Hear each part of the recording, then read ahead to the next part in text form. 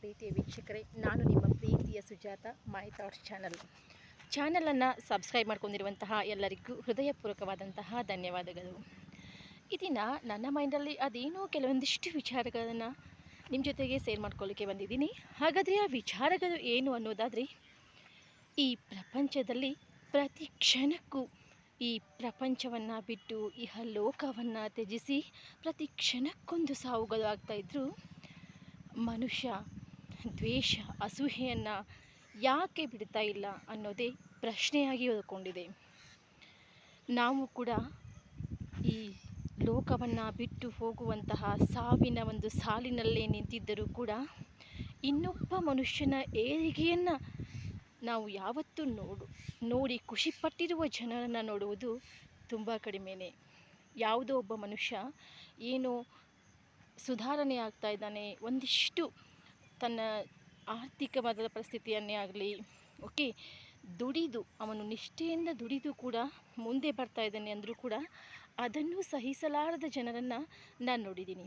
ಇನ್ನೊಂದಿಷ್ಟು ಜನ ಹೇಗೆ ಅಂದರೆ, ಒಬ್ಬ ಮನುಷ್ಯ ಏನಾದರೂ ತೊಗೊಂಡಿದ್ದಾನೆ, ಅವನೇನೋ ಒಂದು ವಸ್ತುವನ್ನು ತಗೊಳ್ಳಿ, ಚಿಕ್ಕದೋ ದೊಡ್ಡದೋ ಏನೋ ಮಾಡಲಿ, ಅದನ್ನು ನಾನು ಮಾಡಬೇಕು ಅನ್ನುವಂತಹ ಹೊಟ್ಟೆ ಕಿಚ್ಚು. ಇಲ್ಲಿ ಇನ್ನೊಬ್ಬರನ್ನು ನೋಡಿ ನಾವು ಅವರು ಮಾಡಿದ್ದನ್ನೇ ನಾವು ಮಾಡಬೇಕು ಅನ್ನೋದಾದರೆ ಏನು ಮಾಡ್ತೀವಿ, ಒಂದಿನ ನಮ್ಮ ಜೀವನದ ಆರ್ಥಿಕ ಪರಿಸ್ಥಿತಿಯದು ಹದಗೆಡುವುದಷ್ಟೇ ಅಲ್ಲದೆ ಅದೇನಾಗುತ್ತೆ, ಒಂದಿನ ಅದರಿಂದ ಇನ್ನೊಬ್ಬರು ಮಾಡಿದ್ದನ್ನೇ ಮಾಡಬೇಕು, ಅವ್ರು ತಗೊಂಡಿದ್ದನ್ನೇ ನಾವು ತಗೋಬೇಕು ಅನ್ನುವಂತಹ ಈ ಹುಚ್ಚು ಕಲ್ಪನೆ ಅವರ ಜೀವನವನ್ನೇ ಸರ್ವನಾಶ ಮಾಡಿದ್ದನ್ನು ನಾವು ನೋಡಿದ್ದೀವಿ. ಆದರೂ ಕೂಡ ಅಂತಹ ಕೆಲವೊಂದಿಷ್ಟು ಜನರನ್ನು ನಾನು ನೋಡಿದ್ದೀನಿ. ನಿಮ್ಮ ಬದುಕಿಗೆ ಏನು ಬೇಕು, ಪರಮಾತ್ಮ ನಿಮಗೆ ಒಂದಿಷ್ಟು ಅವಕಾಶಗಳನ್ನು ಕೊಟ್ಟಿದ್ದಾನೆ. ನಮ್ಮ ಒಂದು ಬದುಕೆ ಇನ್ನೊಬ್ಬರ ಕನಸಾಗಿರುತ್ತೆ. ಒಂದು ಜೊತೆ ಬಟ್ಟೆಗಾಗಿ, ಒಂದು ಹೊತ್ತಿನ ಊಟಕ್ಕಾಗಿ ಪರದಾಡುವಂತಹ ಜನರನ್ನು ನಾವು ನೋಡಿದ್ದೀವಿ. ಇಷ್ಟೆಲ್ಲ ಇದ್ದಾಗಲೂ ನಮಗೆ ದೇವರು ಹೊಟ್ಟೆ ತುಂಬ ಅನ್ನ, ಇರೋಕ್ಕೊಂದಿಷ್ಟು ಸಣ್ಣ ಗೂಡು, ನೆಮ್ಮದಿಯ ಬದುಕು, ಆರೋಗ್ಯ ಇದೆಲ್ಲವನ್ನು ಕೊಟ್ಟಿದ್ದಾನೆ ಅಂದಾಗ ಖುಷಿಯಾಗಿರಬೇಕು. ಅದನ್ನು ಬಿಟ್ಟು ಬೇರೆಯವರ ಬಗ್ಗೆ ಅವರು ಮಾಡಿದ್ದನ್ನೇ ನಾನು ಮಾಡಬೇಕು ಅನ್ನೋದು, ಬೇರೆಯವರು ಏನೋ ಒಂದು ಒಳ್ಳೆಯ ಕೆಲಸ ಕಾರ್ಯಗಳನ್ನು ಮಾಡಿದಾಗ ಅವರು ಏನೋ ಒಂದು ವಸ್ತುವನ್ನು ಕಂಡುಕೊಂಡಾಗ ಅದನ್ನು ನನಗೂ ಬೇಕು, ಅದನ್ನು ನಾನು ಮಾಡಲೇಬೇಕು, ಅದು ನನಗೆ ಬೇಕೇ ಬೇಕು ಅನ್ನುವ ಹಠವನ್ನು ಇದೇನಾಗುತ್ತೆ, ಇದನ್ನು ಮನುಷ್ಯನ ಹೊಟ್ಟೆ ಕಿಚ್ಚು ಅಂತಲೇ ಇದನ್ನು ಹೇಳಲಾಗುತ್ತೆ.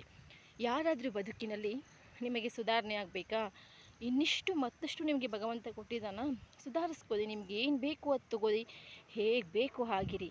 ಆದರೆ ಇನ್ನೊಬ್ಬರೊಟ್ಟಿಗೆ ಇನ್ನೊಬ್ಬರನ್ನು ನೋಡಿ ಹೊಟ್ಟೆ ಕಿಚ್ಚಿನ ಭಾವನೆಯನ್ನು ಮಾತ್ರ ಎಂದಿಗೂ ಮಾಡಬೇಡಿ. ಯಾಕಂದರೆ ಬದುಕು ಎಲ್ಲದಕ್ಕಿಂತ ವೇಗವಾಗಿ ಚಲಿಸ್ತಾ ಇರುತ್ತೆ. ನಮ್ಮ ಸಾವು ಸಾವಿನ ಸರದಿಯಲ್ಲಿ ನಿಂತಿರುವ ನಾವು, ನಮ್ಮ ಸರದಿ ಯಾವಾಗ ಅನ್ನೋದೇ ನಮಗೆ ಗೊತ್ತಿಲ್ಲ. ಇರುವಷ್ಟು ದಿನ ನಾವೇನು ಮಾಡಬೇಕಂದ್ರೆ, ದೊಡ್ಡ ದೊಡ್ಡ ಮಹಾನ್ ಕಾರ್ಯಗಳನ್ನು ಮಾಡಲಿಲ್ಲ ಅಂದಷ್ಟು ಪರವಾಗಿಲ್ಲ, ನಮ್ಮ ಸುತ್ತಮುತ್ತಲಿರುವಂತಹ ನಮ್ಮ ಅಕ್ಕಪಕ್ಕದಲ್ಲಿರುವಂತಹ ಜನರು ಮನಸ್ಸಲ್ಲೇ ಹೋದರೆ ಸಾಕು. ಯಾಕಂದರೆ ಯಾರಿಗಾದರೂ ನೀವು ಈ ಬದುಕಲ್ಲಿ ಸಾರಿ ಕೇಳಬೇಕಾ, ನಿಮ್ಮಿಂದ ತಪ್ಪಾಗಿದೆಯಾ, ಯಾರಿಗಾದರೂ ಪ್ರೀತಿ ತೋರಿಸ್ಬೇಕಾ, ಏನಾದರೂ ಸುಧಾರಣೆ ಮಾಡ್ಕೋಬೇಕಂದ್ರೆ ಆದಷ್ಟು ಬೇಗ ಮಾಡ್ಕೊಂಡ್ಬಿಡಿ. ಯಾಕಂದರೆ ಬದುಕು ಕ್ಷಣಿಕ, ಯಾವಾಗ ಏನಾಗುತ್ತೆ ಅನ್ನೋದು ನಮಗೆ ಗೊತ್ತೇ ಇಲ್ಲ. ಮನುಷ್ಯ ಎಷ್ಟೇ ಜಾಣನಿದ್ದಾನೆ ಅಂದರೂ ಕೂಡ ನಾಳೆಯ ದಿನ ಏನಾಗುತ್ತೆ, ನಾಳೆಯ ದಿನ ಅಂದರೂ ದೂರ ಆಯಿತು, ಇನ್ನೊಂದು ಕ್ಷಣಕ್ಕೆ ಏನಾಗುತ್ತೆ ಅನ್ನುವುದನ್ನು ತಿಳಿದುಕೊಳ್ಳುವಷ್ಟು ಜ್ಞಾನಿಯಂತೂ ಮನುಷ್ಯ ಅಲ್ಲ. ಕೊನೆಯದಾಗಿ ಹೇಳ್ತೀನಿ, ಒಳ್ಳೆಯದನ್ನೇ ಮಾಡಿ. ಬದುಕಿನಲ್ಲಿ ಬೇರೆಯವರನ್ನ ಕಂಪ್ಯಾರಿಸನ್ ಮಾಡಿಕೊಂಡು ಹೊಟ್ಟೆ ಕಿಚ್ಚು ಪಡುವ ಭಾವನೆಯನ್ನು ಬಿಡಿ. ಹುಟ್ಟು ಉಚಿತವಾದರೂ ಸಾವು ಖಚಿತ.